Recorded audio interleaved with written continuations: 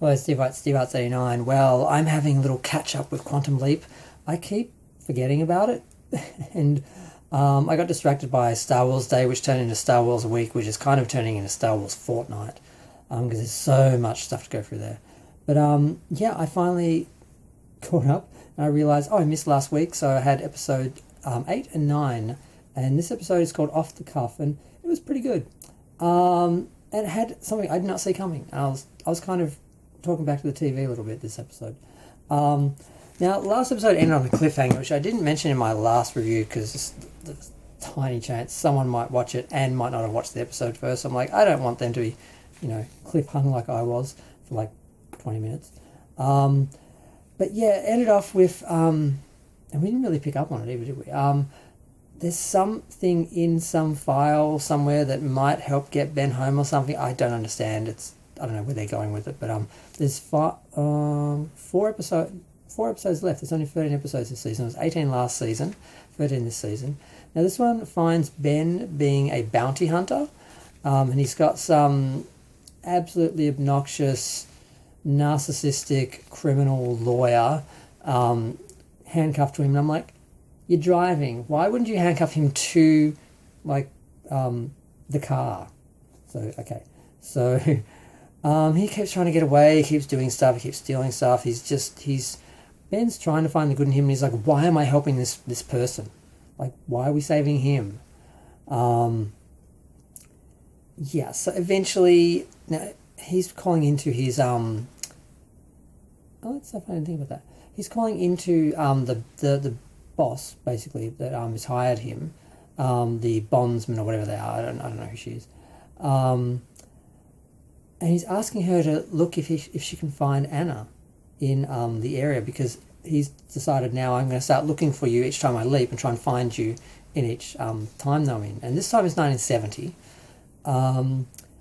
And they have a few scenarios. They get chased by a guy in a car and they crash the car and roll it.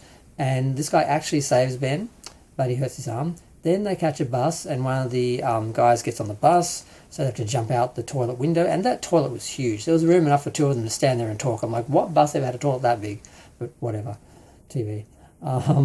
They jump off and he hurts his arm even worse. And then he finds out, you're kind of going to get like an infection and die if you don't actually fix that. But fortunately, they're on the way to, it is very fortunate actually, that they're in walking distance of his brother. But he goes to his brother's house, and his brother basically fixes him up. And who is there, cooking dinner? It's Anna, who's married him. Now, she's the dean of Princeton or whatever. She's still working on stuff. Being a mother hasn't stopped her being a scientist. She's sharing that with her son, who's brilliant. And the father and the brother, they don't get along. There's a bit of a backstory there with that's a whole other thing. But they find out that the bondsman has sold them out and they're coming to get them. So they rig up a booby trap to electrocute these guys. They lead them down to the basement where the diamonds are, because he's been sending these teddy bears, because he was looking at a teddy bear and he stole one. He's been sending them to his nephew and putting diamonds in them to hide the diamonds there. So he was going there to get the diamonds so he could get away, basically. So he's just pathological. So they set up the trap, they set off, and unfortunately it's 1970, so of course this bitch is wearing like big platform heels so she doesn't get electrocuted. She's literally standing on a rubber platform. But they fight, and it's a pretty brutal fight, but Ben gets his ass whipped, but then again he's hitting a woman, and I'm like, what? You're hitting a woman? And then she's like nastier than him, and I don't know, she's got some skills. So she beats the crap out of him, and he's also injured. But Anna joins in too, and it gets pretty brutal. And I was actually wondering where this is going to go. I'm like, are they going to get her injured? Is she? But then what's the name actually hits her in the head with the son's BB gun and knocks her out. And then she gets arrested. She rats out the other people who are after him, and he basically gets to walk free. But before this, they talk, and they're like, it's been 9 years. Like she feels as much for him in that moment as he does. And he's like, it was just yesterday. And now, 9 years later, you've got a family, and he has to tell her, you're married.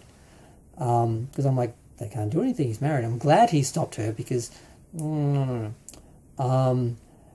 But yeah, they don't really get to say goodbye because the husband is watching, and he finds out from Addison that the husband's going to die from an aneurysm in 18 months. Now, what I thought was going to happen was he was going to go back the next jump, meet her again before that, and he wouldn't be able to get with her. He'd have to stop himself because he knows he'd be stopping her from meeting the husband, having the son and all that. I thought that's how they're going to handle that.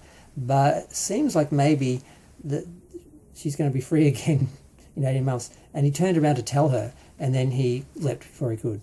So that was the end of that episode. We've only got 4 more episodes. I'm so sad. I'll probably watch them all in one go because I'll probably forget for the next month.